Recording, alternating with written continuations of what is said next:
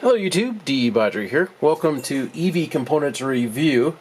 On the bench is my QS165 V1 in runner.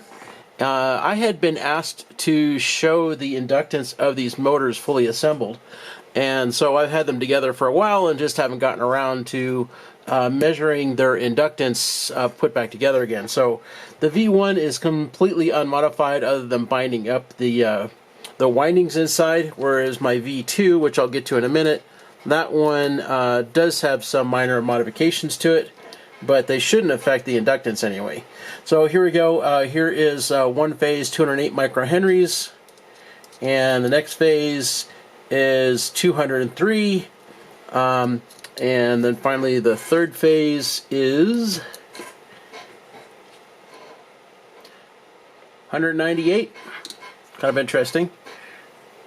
There we go. So if I turn the armature a little bit, I get some different readings. So you can see me turning this thing just a little bit, and then the value changes some. So the magnets have some impact on the inductance as well.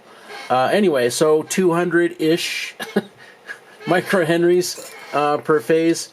Let me go back to like this other phase right here and see what we get now. Now that I've rotated the armature a little bit. Yeah, see, now that one's showing about 208 as well, 179. Oh, I am shorted against another phase. There we go. Yeah, you can see as I turn the armature, the inductance changes too. So anyway, 200-ish microhenries on the V1, and the V2 is going to have much less inductance, and that's basically because it is dual Y, so the total turn count length is going to be significantly shorter. So here's the V2, and this shouldn't make any difference, but this one I took the two separate sets of Y windings and split them apart, put ring terminals in each one, and then they are terminated back together again as if they were one. So anyway, that's not going to affect the inductance.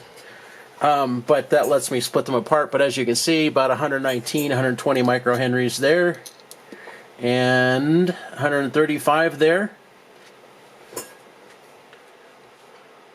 Yeah, I'm turning it a little bit just to see if that makes any kind of a difference like it did before on the V1. Let's try across this phase. So about 135, 132 microhenries. Go back to that one right there again. Yeah, so looks like about 120, 130 microhenries. So there you go. About 70-ish microhenries less for the V2 versus the V1, and that's fully assembled. Also, this motor, you can feel the cogging in the magnets, whereas in the V1 it spins very smoothly. There is virtually no cogging in there at all. You can't feel like the small bumping of the magnets as they're attracted to the stator teeth. Anyway, there you go, V1 versus V2 inductance.